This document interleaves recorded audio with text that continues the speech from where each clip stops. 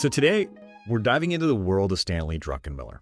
And, this guy, he's a legend in the investing world. I mean, we're talking an average of a 30% annual returns for over 3 decades.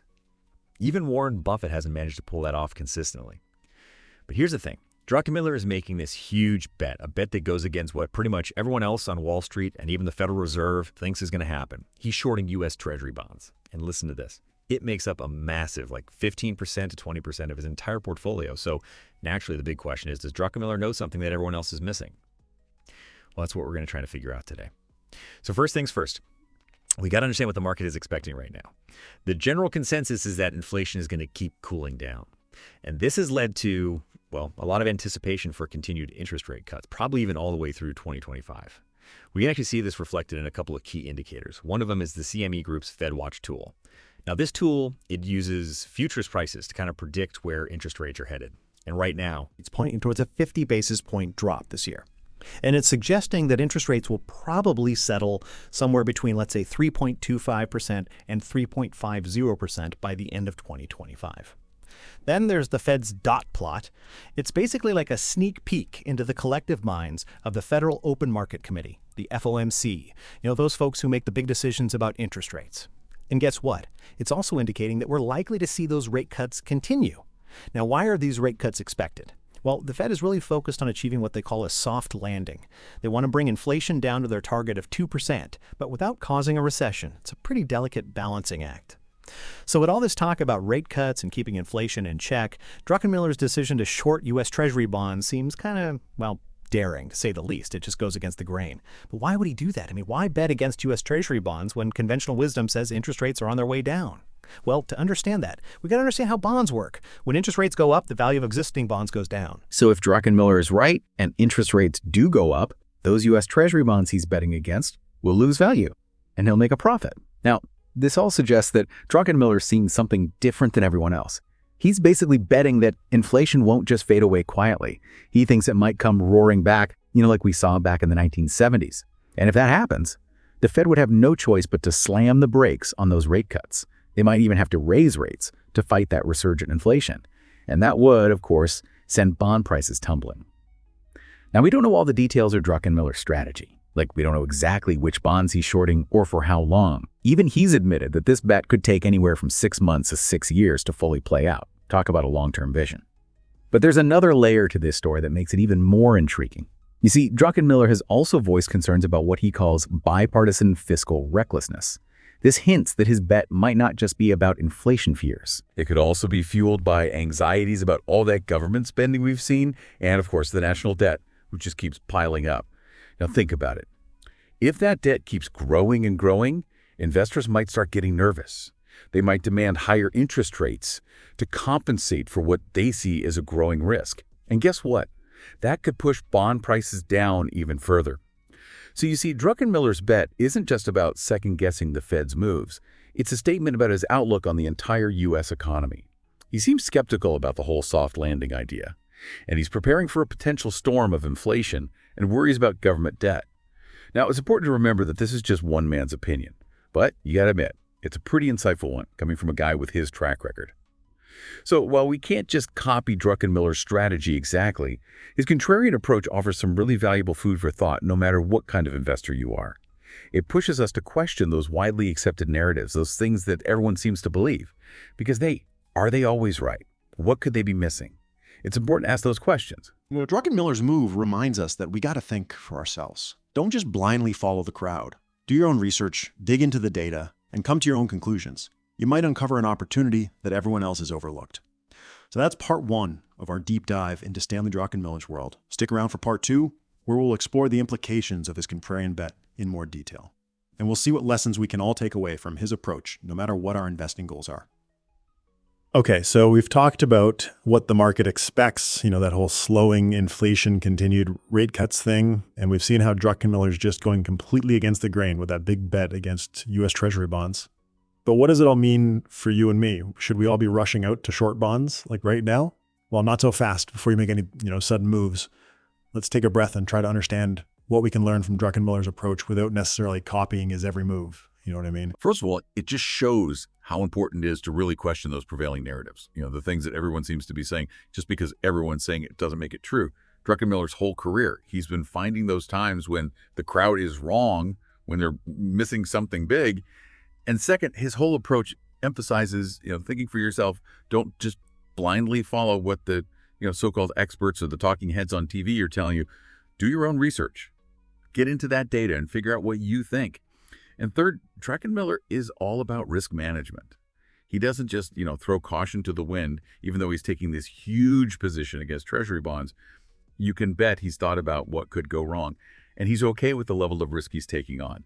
So what can we take away from this? Well, maybe it's time to take a look at our own portfolios, and ask ourselves, are we too caught up in conventional wisdom? Are we diversified enough to handle, a bit of a shakeup? And most importantly, are we really comfortable with the level of risk we're taking on? These are questions every investor should be asking themselves, regularly, regardless of whether we agree with Druckenmiller in this specific bet. His move is a big reminder that there's always more than one way to look at the market. Sometimes going against the crowd can lead to big rewards, but of course it also comes with its own risks, right? Now let's talk a bit more about these U.S. Treasury bonds. What are they and why are they such a big deal in the financial world? So basically, a U.S. Treasury bond is like lending money to the U.S. government. You lend them money for a set amount of time, and they promise to pay you back with interest rates. These bonds are seen as super safe investments because, well, it's the U.S. government we're talking about. They're backed by the full faith and credit of the United States, which makes investors feel pretty good. But here's the thing. The value of these bonds goes up and down depending on interest rates. When interest rates rise, the value of existing bonds falls and vice versa. Why is that? Well, imagine you bought a bond a year ago that pays a 3% interest rate, but now new bonds are offering 4%. Your old bond suddenly doesn't look so hot anymore, right, to attract buyers. The price of your bond has to drop so that its effective yield becomes more competitive with the newer bonds. That's why Druckenmiller's bet against Treasury bonds is so interesting. He's essentially saying he thinks interest rates are going to go up, which would cause the value of those bonds to fall. So what could cause interest rates to climb, especially when everyone's expecting them to fall? Well, a couple things. First, there's that whole inflation thing. While the market thinks inflation will keep cooling off, Druckenmiller seems to think it might come back with a vengeance if inflation heats up again. The Fed will have to rethink those rate cuts. They might even have to start raising rates again to try and get those prices under control. And as we just talked about, when interest rates go up, bond prices go down. Then there's the issue of government debt. Druckenmiller's worried about what he calls bipartisan fiscal recklessness, meaning all that government spending and the growing national debt, as that debt keeps getting bigger, investors might start to hesitate about lending money to the U.S. government. To get those buyers, the government might have to offer higher interest rates on its bonds, which would, again, push down the value of existing bonds. So Druckenmiller's bet isn't just about predicting interest rates. It's about his view of the U.S. economy as a whole. He's not so sure about that soft landing everyone's talking about, and he seems to be getting ready for a possible resurgence of inflation and more worries about all that government debt. But remember, this is just one very successful guy's opinion. It's important to consider other perspectives too and do your own research before making any investment decisions. So we've talked about how U.S. Treasury bonds work and what might cause interest rates to rise, but what does it all mean for the average investor? How can we use this information to make smarter financial choices? Well, the big takeaway here is diversification. Don't put all your eggs in one basket. Make sure your portfolio is spread across different types of assets like stocks, bonds, real estate, and maybe even some alternative investments like commodities or precious metals that way.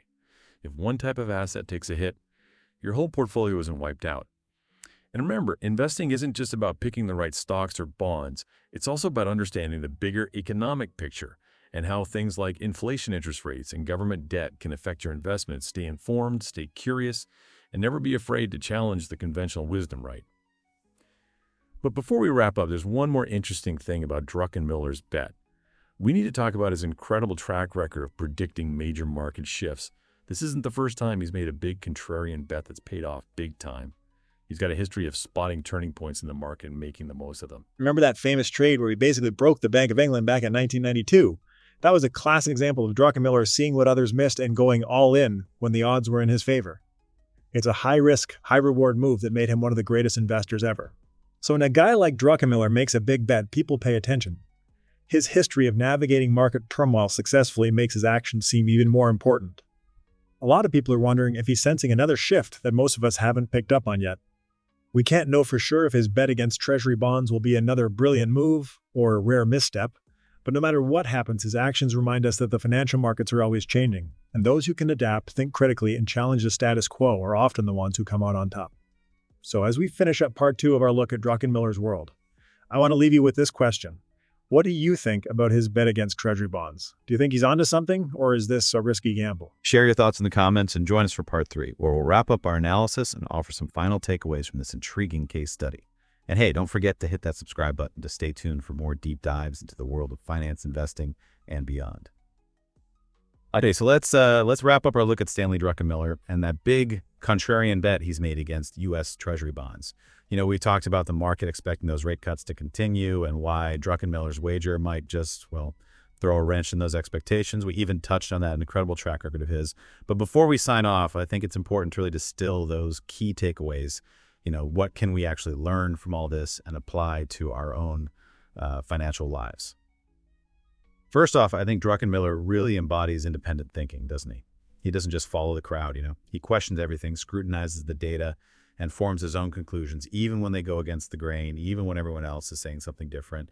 And it reminds us that the consensus isn't always right. Sometimes the biggest opportunities are found when you can spot where the crowd is wrong, where they've missed something important. Now, of course, this takes courage, it takes analysis, and a willingness to, stand out from the crowd. Second, I think Druckenmiller's story really highlights the importance of diversification. It doesn't matter how brilliant you are, no one gets it right all the time, right? Markets are unpredictable, and things happen that we just don't see coming. That's why it's so crucial to spread your investments out, different asset classes, different sectors, even different parts of the world. This helps manage risk, and it protects your portfolio from, well, those unexpected bumps in the road. And finally, I think Druckenmiller's journey shows us the importance of, well, never stopping learning. The financial world's always changing. New technologies, new trends, new challenges popping up all the time. To stay ahead, we got to keep learning, keep expanding our knowledge, and keep refining those investment strategies. So as we wrap up today, I want to leave you with one final thought. We can't copy Druckenmiller's moves exactly, but we can definitely learn from his mindset. We can cultivate that independent thinking, build those diversified portfolios, and most importantly, commit to that pursuit of knowledge. The financial world is full of opportunity, but it's also full of risk. By embracing the lessons we've learned from Stanley Druckenmiller, we can navigate that world with a lot more confidence, clarity, and maybe even, a little bit of that contrarian spirit. Thanks for joining me on this journey. And don't forget to hit that subscribe button so you don't miss out on more insightful explorations into finance, investing, and everything in between.